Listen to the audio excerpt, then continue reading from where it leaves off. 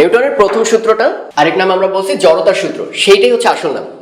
কারণ এটা বস্তু জড়তা সম্পর্কে আইডিয়া দেয় যে কোনো বস্তুর যে জড়তা, সেটা গতি জড়তা হোক স্থিতি জড়তা, সেটা সে রাখতে চায় বাহ্যিক বল প্রয়োগ না করলে, কেউ ডিস্টার্ব না দিলে। সেই জড়তার সূত্রটা প্রথম দিয়েছেন গ্যালিলিও। গ্যালিলিও অবশ্যই শ্রদ্ধেয়। অ্যারিস্টটলের সেই বিভৎস যুগ থেকে আমাদের আলোর পথে যে নিয়ে আসছে সে হচ্ছে গ্যালিলিও। কারণ অ্যারিস্টটলের আমলে একটা সবচেয়ে বড় বিভৎস ব্যাপার ছিল, অ্যারিস্টটল যা দেখতেন তাই বিশ্বাস করতেন। তার একটা খুব বিখ্যাত কথা তোমরা সবাই বিশ্বাস করো এবং অনেকেই ব্যবহারও করো, ফেসবুকে স্ট্যাটাসে দাও, সিং ইজ বিলিভিং। যা কিছু দেখবো তাই বিশ্বাস করবো। বাস্তবে ন্যাচারের ল কি, যা দেখবো তাই বিশ্বাস। যেমন আমি বাস্তবে কি দেখি, আমার হাতে একটা কলম আছে আর এই পাশে একটা কাগজ আছে, একই উচ্চতা থেকে ছেড়ে দিলাম, অবশ্যই কাগজটা ধীরে পড়ে, কলমটা আগে পড়ে। বাস্তবে আমি কি দেখলাম, দেখলাম হচ্ছে ভারী বস্তুটা আগে পড়ে। Singh is believing. তাহলে যা দেখছো তুমি তাই বিশ্বাস করো। অতএব অ্যারিস্টটল সূত্র দিয়ে দিলেন, ভারী বস্তু আগে পড়ে আর হালকা বস্তু ধীরে পড়ে। গ্যালিলিও প্রথম আমাদের প্রমাণ করে দিলেন না। সেই পিসার হেলানো টাওয়ার থেকে সে দেখালেন অনেকগুলো বস্তু বিভিন্ন ভরের ছেড়ে দিয়ে যে না, প্রায় তারা একই উচ্চতা থেকে পড়লে একই সময় লাগে। এবং সেখান থেকে প্রমাণ হয়ে গেল যে যা কিছু দেখতেছো তাই বিশ্বাস করো না, কারণ অনেক কিছুই তুমি দেখতেছো না। একটা জিনিস ঘটার পেছনে অনেক কারণ আছে, কজালিটি, যে এই ঘটনাটা কেন ঘটছে, তার পেছনে কাজটা মানে কারণটা কারা, সেই কারণ কিন্তু দেখতে পাচ্ছি না, এ অটো পড়তেছে, ইনভিজিবল বা অদৃশ্য। কিন্তু পরে অ্যানালিসিস করে কি দেখলাম, কেউ তাকে টানতেছে, সেই টানের নামও দিলাম গ্র্যাভিটেশনাল ফোর্স কিংবা অভিকর্ষ। ঠিক আছে, তাই কোনো একটা জিনিস দেখলেই বিশ্বাস করতে হবে তা না, তার পেছনে যা দেখতে পাচ্ছ না ওগুলো নিয়ে অ্যানালিসিস করো ফিজিক্সের কাজ। তো গ্যালিলিও কিভাবে এই ধারণা থেকে মুক্ত হইলেন আমাদের বা মুক্ত করলেন, তার আগে অ্যারিস্টটলের ধারণা ছিল অনেকগুলো ভুল ধারণা। একটা তার ধারণা শোনো সবাই, যে এই যে একটা বস্তু স্থির আছে, সে স্থিরই আছে, কোনো সমস্যা নেই, এটাই তার স্বাভাবিক অবস্থা, পবিত্র অবস্থা, মানে বলতে পারো এটাই জগতের সকল কিছুর একটা পবিত্র অবস্থা, যে অবস্থাটা সবাই ধরে রাখতে চায়। এটাই ছিল অ্যারিস্টটলের ধারণা। তাহলে কোন একটা জিনিস গতিশীল, সে নিশ্চয়ই অপবিত্র অ্যারিস্টটলের ধারণা অনুসারে। তাহলে সে গতিশীল থাকতে চায় না, ধীরে ধীরে স্লো হতে হতে হতে হতে এখানে সে থেমে যায়, তার মানে সে পবিত্র অবস্থায় আসতে চায়। এটাই ছিল অ্যারিস্টটলের আইডিয়া, আমাদের না, গ্যালিলিওর না, নিউটনেরও না, অ্যাকচুয়াল আইডিয়াও এটা না। কিন্তু তার ধারণা ছিল স্বাভাবিক অবস্থা হচ্ছে স্থির থাকা। তাই আমরা বাস্তবেও কি দেখতে পাই, একটা বল গড়ায় দিতেছি কিংবা ছক্কা মারার সময় দেখো না, মাঠে গড়াতে গড়াতে গড়াতে 4 হইল না, তার মানে কি গতিশীল সে থাকতে চায় নাই, তার স্বাভাবিক অবস্থা যেন স্থির থাকা, স্থির অবস্থায় সবাই ব্যাক করতে চায়। এই ছিল অ্যারিস্টটল আইডিয়া। এবং তার আইডিয়ার আরেকটা বৈশিষ্ট্য ছিল এমন, যে জিনিসটা গতিশীল এটা কখনোই অটো গতিশীল না, একা একা না, সে একা একা স্থির থাকতে পারে, একা একা স্থির হয়ে যেতে পারে, কিন্তু গতিশীল করতে হলে তার ধাক্কা দেওয়া লাগবে। এই ছিল তার আইডিয়া, যে একটা জিনিস চলতেছে বা গতিশীল, এই জিনিসটা কখনোই একা একা হইতে পারবে না, তার কনস্ট্যান্টলি ধাক্কায় যেতে হবে। এখন আমরা সবাই হাসবো এই কথাগুলো শুনলে, যে ধাক্কা দিলে তো খালি গতিশীল হয় না, জোরে জোরে দৌড়ানো শুরু করে, মানে ত্বরণ হয়। কিন্তু অ্যারিস্টটলের ধারণা ছিল এই যে, খেয়ালই করতেছো যে সে স্বাভাবিকভাবে স্থির হইতে চায়, তার মানে তাকে গতিশীল রাখতে হলে কনস্ট্যান্টলি কি দেওয়া লাগবে, ধাক্কা দেওয়া লাগবে। এই আইডিয়াটা ছিল অ্যারিস্টটল। এবং সে বলছে জগতে কোনো কিছু গতিশীল রাখতে হলে, সারা জীবন যদি একই দ্রুতিতে গতিশীল থাকতে চায়, অবশ্যই সবসময় একই পরিমাণ বল দিয়ে যেতে হবে। বাস্তবে আরেকটা প্রমাণ দিতে পারি আমরা, গাড়ি চলে, গাড়ি একই বেগে চালাচ্ছ, তুমি কি ইঞ্জিন অন করে রাখছো না, তার মানে কনস্ট্যান্টলি ইঞ্জিনের ধাক্কা দিয়েই কিন্তু গাড়িকে কি রাখতেছি, সমবেগে ধরে রাখতেছি। তাই প্র্যাকটিক্যাল এক্সাম্পল দেখে অ্যারিস্টটল ওই সিদ্ধান্ত দিছে, তার মানে সিং ইজ বিলিভিং। এই ছিল তার আইডিয়া। গ্যালিলিওর প্রথমে এখানে সন্দেহ হইল। গ্যালিলিও নিজে একটা এক্সপেরিমেন্ট করছে, এবং তোমরা যারা একটু মুভি টুভি দেখো তারা বেশ কিছু ভালো মুভি দেখতে পারো। কারণ মানুষের স্বাভাবিক চিন্তাধারাই হচ্ছে খারাপ হওয়া, তার আমরা চেষ্টা করলে কিন্তু কিছু ভালো শিক্ষামূলক মুভি দেখতে পাই।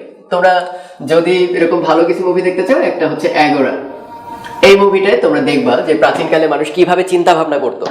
কারণ এটা তোমাদের কখনোই মাথায় আসে না যে আমি যদি আজ থেকে 5000 বছর আগে মিশরে থাকতাম, তাহলে আমার মেইন কনসার্ন কি হতো লাইফের, ঘাস পাতা যা পাই, ফলমূল যা পাই তাই নিয়ে খেয়ে বেঁচে থাকা। কখনো এই কনসার্ন কি আসবে যে একটা বস্তু কেন দ্রুত পড়ে, কেন আসতে পড়ে, কেন সূর্যের চারদিকে আমরা ঘুরতেছি না আমাদের চারদিকে সূর্য ঘুরতেছে, চাঁদ তারা এগুলো কি রোটেটিং নাকি স্থির, এই চিন্তাই তো মাথায় আসবে না। আমরা খাইতে পারি না, আমাদের পশু পাখি শিকার করতে হয়, কোনো এক রাতে যদি পশু না ধরতে পারি আমাদের খাবার নেই। এই এত কিছুর মাঝখানেও কারা তখন চিন্তা করত, সেই চিন্তায় কারা বাধা দিত, চার্চের সঙ্গে বিজ্ঞানীদের দ্বন্দ্ব কেন হইলো। হাইপেশিয়া একজন বিখ্যাত মহিলা, উনি এইসব অ্যাস্ট্রোলজি নিয়ে অনেক চিন্তা ভাবনা করছেন, অ্যাস্ট্রোনমি নিয়ে।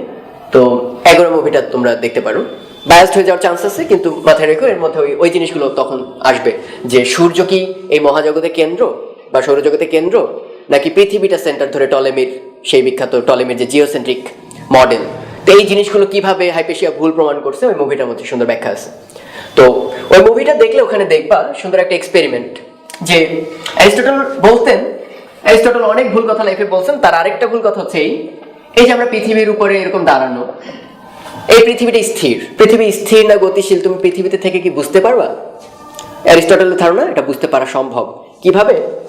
যে পৃথিবী যদি ঘুরতোই, তাহলে চিন্তা করো আমি যদি একটা বলকে উপরে ছুঁড়ে মারি পৃথিবীর গায়ে, পৃথিবীর পৃষ্ঠে দাঁড়ায় উপরে ছুঁড়ে মারছি, এতক্ষণে পৃথিবী কিছুক্ষণ ঘুরে গেছে না? তাহলে এটা তো আর এই জায়গায় পড়ার কথা না, ঘুরে আমরা অন্য প্লেসে চলে আসছি, অর্থাৎ বলটা পড়বো অন্য এক জায়গায়, কিছুটা দূরে কিংবা কিছুটা পেছনে, অবভিয়াসলি কিছুটা পেছনে পড়া উচিত, আমরা আগে গেছি পৃথিবী। একইভাবে তার ধারণা ছিল একটা জাহাজ, এই জাহাজের এখানে একটা মাস্তুল, এখানে তুমি উঠে একটা বল ছেড়ে দিবা, অবভিয়াসলি জাহাজ যেহেতু ডানে চলতেছে এই বলটা তার আইডিয়া ছিল পেছনের দিকে পড়বে। ওই মুভিটা ওই এক্সপেরিমেন্টটা করে দেখানো আছে। তাহলে যদি একটা গতিশীল জিনিসের মধ্যে বল ছেড়ে দিই এবং তার ধারণা অনুসারে সেটা পড়া উচিত কোথায়? পেছনে। তাহলে পৃথিবী যদি গতিশীল হয়, বস্তুর উপরে ছুড়লে কোথায় পড়া উচিত? একটু পেছনে। প্র্যাকটিক্যালি যেহেতু পড়ে না, অতএব তার ডিসিশন পৃথিবী স্থির। ব্যাস, অ্যারিস্টটল ডিসিশন দিছে, আর কি লাগে? অ্যারিস্টটলে যা নেই আমাদের তা শেখার দরকার নেই, জানার দরকার নেই। তো এই যে পৃথিবী স্থির কথাটা গ্যালিলিও মানতে পারেন নাই, এবং তোমরা অনেকেই বাংলা বইও পড়ছিল যে তিনি জেল থেকে বের হয়েও, তারা কিন্তু জেলে নেওয়া হয়েছিল গ্যালিলিওকে, জেল থেকে বের হয়ে বলছে তবু আমি বলবো পৃথিবী স্থির না। কেন? এইটা করার জন্য সেই এক্সপেরিমেন্টটাও চালাইছে। সে দেখছে অ্যারিস্টটলের কথা সত্যি কিনা, সে দেখাইতে চাইছে যে একটা নৌকা গতিশীল কিংবা একটা জাহাজ গতিশীল, এইখান থেকে যদি একটা বল ছেড়ে দিই, অ্যারিস্টটলের ধারণা অনুসারে এটা পেছনে থাকা উচিত, কারণ এটা গতিশীল, সামনে আগে যাবে, এ পিছনে পড়ে থাকবে। কিন্তু বিষয়টা দেখা গেল এক্স্যাক্টলি নিচের পয়েন্টে পড়ছে, যে পয়েন্ট থেকে ছাড়ছো সেখান থেকে খাড়ার নিচে পাদবিন্দুতে পড়ছে। তো এটা কিভাবে পসিবল? এই প্রথম একটা ধাক্কা খাইছে, তার মানে নৌকা আগাইতেছে সাথে বলটাও আগাইতেছে, মানে আমি যখন হাত থেকে ধরেছিলাম এই বস্তুটাকে, পুরো সিস্টেমটা চলতেছে না? তাহলে আমার হাতের এই জিনিসটাও কি একই সাথে চলতেছে। এখন তুমি যদি ছেড়ে দাও, তোমার ধারণা হবে আমারও বেগ নেই, ওরও বেগ নেই। কিন্তু আমরা বাইরে থেকে, মাটি থেকে, এই তীর থেকে যদি তাকায় দেখি, তখন দেখবো জাহাজও আগাচ্ছে, বলটাও কি আগাচ্ছে। তুমি যখন ভাবতেছো আমি হাত থেকে ছেড়ে দিলাম নিচে পড়তেছে, বিষয়টা মোটেই এমন হয় নাই, বিষয়টা হয় এরকম। এবং সাথে সাথে জাহাজটাও কি সামনে আগাচ্ছে। তাহলে প্রত্যেকবারই তোমার চোখ, মনে করো এটা যে মাস্তুলের উপরে ছিল, তাহলে তার চোখ এখানে, সে নিচে তাকাইছে সাপোজ, প্রত্যেক মুহূর্তে দেখবে বলটা এখানে পড়ছে, বলটা এখানে পড়ছে, বলটা আর একটু নিচে পড়ছে, বলটা আর একটু নিচে পড়ছে, এতক্ষণে জাহাজ কিন্তু সামনে আগাচ্ছে। তার মানে ওই চোখের কাছে সবসময় মনে হবে বলটা কোথায়? নিচে। আর এর কাছে সবসময় মনে হচ্ছে বলটা কি সামনে আগায় নিচে পড়তেছে। এই যে সামনে আগাচ্ছে সমান রেটে, এটা কি মিন করে না বলটা একটা জিনিস ধরে রাখতে চায়? তার শুরুতে যে জাহাজের সমান একটা বেগ ছিল সেটা সে নষ্ট হতে দিতে চায় না, সে জাহাজের সাথে সাথে কি করে? সামনে আগে পড়ে। এবং নিচে কেন পড়ে? কারণ পৃথিবী তাকে কি করে? নিচের দিকে টানে। তাহলে এটা একটা চমৎকার ইস্যু যে প্রথমবারের মতো গ্যালিলিও টের পাইলেন, আমরা একটা জিনিস উপরে ছুটছি, আমার হাতেই ফিরে আসছে। এটা আমি পৃথিবীতে বসে করছি, তাতেও দেখলাম কি হাতেই ফিরছে। আমি বাসে বসে করি, তাতেও কি দেখবো? হাতেই ফিরছে। জাহাজের মাস্তুলের উপর দিয়ে ফেলো, তাও কি হাতেই ফিরছে। এটা থেকে সিদ্ধান্ত নেওয়া যায় না তোমার ওই জিনিস স্থির। তবে গতিশীল হলেও কি দেখতে পাইলাম এই একই ঘটনাই ঘটবে। তার মানে এখান থেকে সে প্রথমবারের মতো একটা সূত্রও দিছে যে তুমি কখনোই জানতে পারবা না একটা জিনিস স্থির না গতিশীল। এটা বলার কোনো মিনিং নাই। আমরা স্থির কিসের সাপেক্ষে? আমরা নিজেদের দেখতেছি বলে কি বলতেছি স্থির, তাও তো বলে নিছি সুফিয়ান ভাই সাপেক্ষে, মানে কারো একজনের সাপেক্ষে। এবং তুমি চিন্তা করো তো, তোমাকে আমি একটা ঘুটঘুটে অন্ধকার জায়গায়, পুরো কালো একটা জায়গা, ঘুটঘুটে অন্ধকার, এইখানে তোমাকে আমি ছেড়ে দিলাম, চারদিকে কোনো বাউন্ডারি নেই, পুরো যত দূর চোখ যায় পুরোটাই ব্ল্যাক, মহাশূন্যে। তোমাকে জিজ্ঞেস করলাম, আমি ফোন করে জিজ্ঞেস করলাম তুমি কোথায় আছো, তুমি অনেক চেষ্টা করবা জবাব দিতে, কিচ্ছু বলতে পারবা না। তুমি বলতে পারবে না এইখান থেকে এত দূরে, আরেকটু আগান ওইখান থেকে এত দূরে, সামনে একটা কিছু ওইখান থেকে এত দূরে, কোনো কিছু বলতে পারবে না। এই মোমেন্টে মনে করো একটা রকেট আসছে এখানে, এবার বলতে পারবো না? রকেটটা দেখছেন? হ্যাঁ, রকেট থেকে 3 মিটার দূরে যান লম্ব দিকে, ব্যাস আমি তোকে খুঁজে পাবো। কিংবা আমি এখানে একটা বাউন্ডারি দিয়ে দিছি, তুমি ওখানে একটা গেটের মতো দেখতে পাইছো, গেটটা দেখছেন? গেট থেকে বামে যান 2 মিটার দূরে। তার মানে তোমাকে একটা কমপ্লিট ডার্ক বা অন্ধকার জায়গায় ছেড়ে দিয়ে জিজ্ঞেস করলে তুমি কিচ্ছু বলতে পারবে না তুমি কোথায় আছো, কোথায় আসো। ফ্যানটা দেখছেন? ফ্যানটা থেকে আমি এত দূরে। মুখে না বললে ওইটা খোঁজার জন্য কিন্তু বসে আছো তুমি। আমি এখন কোথায় আছি? অনেকভাবে বলা যায়। এই লাইটগুলো থেকে এত দূরে, তোমার দরজা থেকে এত দূরে, পাশের রুম থেকে কত দূরে। আমি প্রত্যেকটা কথা বলার আগে বলতেছি কোত্থেকে। নর্মালি বলতে হয় না কেন? নর্মালি আমাকে খুঁজতে হয় না, চোখের সামনে সব দেখতে পাচ্ছি। যখনই তোমাকে খুঁজতে বলবো, পজিশন লোকেট করতে বলবো, তখন তুমি কিন্তু এই কথাগুলো মেনশন করবে, কোন সময়, কোন জায়গায়, কার সাপেক্ষে। তার মানে আমরা কোনো কিছু বলার আগেই একটা প্রসঙ্গ কাঠামো, যার সাপেক্ষে কথাগুলো বলো। ফিজিক্সের ওই কথাটা খুব কঠিন শোনায়, প্রসঙ্গ কাঠামো দরকার নেই, কিন্তু তোমার নিজের পজিশন ডিফাইন করতে বা যে কোনো বস্তুর পজিশন ডিফাইন করতে, সাপোজ এই রকেটটা কোথায়, কিভাবে বলবা? আমাকে দেখছেন, আমার থেকে 3 মিটার নিচে যান, আবারও সেই নিজেকে কি ধরলাম? প্রসঙ্গ কাঠামো। তার মানে আমরা যা কিছু মাপি, এটা মাথায় রাখতে হবে, যা কিছু মাপি সেটা যদি একটা রাশি হয়, তোমরা জানো যা কিছু মাপা যায় তাই রাশি। এই যা কিছু মাপি অবশ্যই কোন একটা কাঠামো সাপেক্ষে, কোনো কাঠামো সাপেক্ষে। নামটা কাঠামো বললেই অনেকের ঝামেলা শুরু হয়ে যায়। কাঠামো মানে এই না এক্স ওয়াই জেড অ্যাক্সিস, কাঠামো মানে এই না যে আর থিটা রো অ্যাক্সিস, এগুলো চিন্তা করারই দরকার নেই। কাঠামো মানে হচ্ছে কোনো একটা বস্তু যাকে ধরে বাকিটা বলতে পারো। যেমন এই লঞ্চটা, এটা কি গতিশীল নাকি স্থির? তুমি তাকে দেখতেছো, আশেপাশে সিনারিও, এই পাশে গাছ, এই পাশে সূর্য, ওগুলো দেখে তুমি বলতে পারো আরে ওগুলোকে ছাড়াই চলে যেতেছে, তাহলে এটা কেমন? গতিশীল। তার মানে মনে মনে ধরে নিতেছে ওগুলো কি স্থির, ওগুলো সাপেক্ষে তুমি স্থির, অতএব তুমি বলতেছো আমার সাপেক্ষে এটা কি গতিশীল।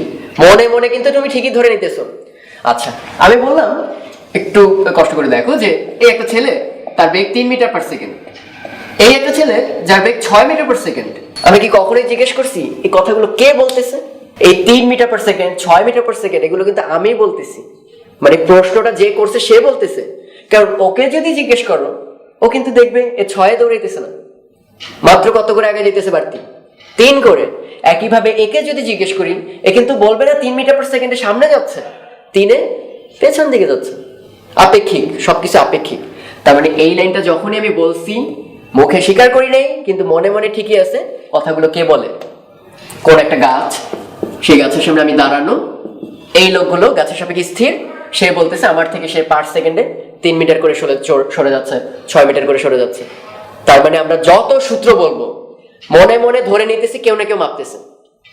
তাহলে এটার সাথে আমাদের প্রথম সূত্রের কি সম্পর্ক? এত কথা বললাম, প্রথম সূত্রটা আরেকবার বলি। এই মহাবিশ্বে স্থির বস্তু, এই কথাটাই আটকে যাওয়া উচিত না? একটা বস্তু স্থির কখনোই বলতে পারি না যদি না আরেকজনকে সাপেক্ষ করি। যেমন এই বস্তু স্থির কেন? তুমি ধরে নিচ্ছ এই প্ল্যাটফর্মটা স্থির, এই বোর্ডটা স্থির, অতএব এটা নড়তেছে না তাদের সাপেক্ষে, এই ফ্যানটা স্থির। তার মানে একটা বস্তু স্থির কিংবা সমবেগে গতিশীল, কথাগুলো মনে মনে ধরে নিচ্ছি কেউ না কেউ বলতেছে, যে নিজেকে কি ধরছে? আরেকটা কাঠামোর সাপেক্ষে স্থির, সেটা হতে পারে গাছ কিংবা পৃথিবীর মাটি কিংবা একটা রেল লাইন, যার সাপেক্ষে নিজেকে স্থির ধরে বলতেছে আমার সাপেক্ষে গতিশীল কিংবা আমার সাপেক্ষে স্থির। কেন এই কথাগুলো বারবার এলাবোরেট করতেছি? এর একটা যুক্তি আছে, তো এই যুক্তিতে আমরা একটু পরে ফিরবো। তার আগে গ্যালিলিও কিভাবে পরীক্ষা করলেন যে না পৃথিবী স্থির কি গতিশীল, এটা ওই এক্সপেরিমেন্ট দেখে বোঝা যাবে না। এবং সে একটা সুন্দর এক্সপেরিমেন্ট করছে অন্যভাবে। আমরা এই গ্যালিলিওর কথাগুলো একটা কারণেই বলতেছি, আমি যদি এই বয়সের যে কাউকে জিজ্ঞেস করি থিওরি অফ রিলেটিভিটি, আপেক্ষিকতার সূত্র, সে ল অফ রিলেটিভিটি, এই সূত্রটা কে দিছেন? একটাই নাম আসবে, আইনস্টাইন। কিন্তু কেউ কি জানো সূত্রটা আইনস্টাইনের দেওয়া না? এই সূত্রটা অবশ্যই গ্যালিলিওর। গ্যালিলিওর সূত্র, সেটাকে ভুল প্রমাণ করে আইনস্টাইন পরে থিওরি দিছেন, যেটার নাম থিওরি অফ রিলেটিভিটি। গ্যালিলিওর সূত্র বলাই আছে ফিজিক্সের সূত্রগুলো সব জায়গায় সেম রকম খাটবে যদি সেগুলো পরস্পর থেকে সমবেগে গতিশীল হয়। কঠিনভাবে বলছেন কিন্তু কথাগুলো গ্যালিলিও বলছেন। এবং যারাই আপেক্ষিক তত্ত্ব পড়ো তোমরা অবশ্যই জানবা ভবিষ্যতে যে গ্যালিলিওর রূপান্তর ভুল ছিল বলেই লরেন্স নতুন একটা কনভার্সন আনছে এবং সেখান থেকে আইনস্টাইন থিওরিটা সাজিয়েছে। তো তোমরা এটা ভুলে যাও না, theory of relativity completely start করে গেছে আমাদের গ্যালিলিও, নিউটন না, আইনস্টাইন না, ঠিক আছে? তো গ্যালিলিও একটা এক্সপেরিমেন্ট করছেন। কি এক্সপেরিমেন্ট করছেন?